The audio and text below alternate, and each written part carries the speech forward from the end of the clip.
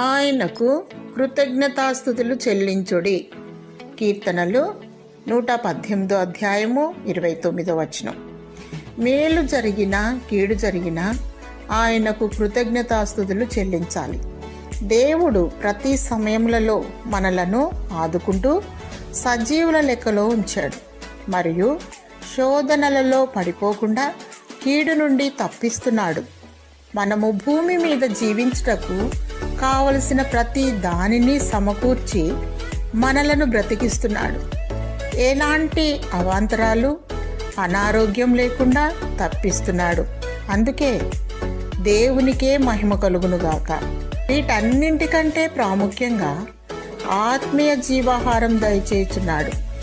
ఆత్మీయంగా జీవింపచేయుచున్నాడు. ఆత్మతో అభిషేకించి జీవ మార్గములో నడిపిస్తున్నాడు.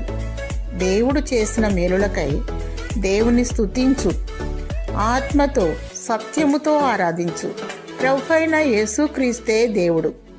ఆయన ఆరాధనలకు యోగ్యుడు.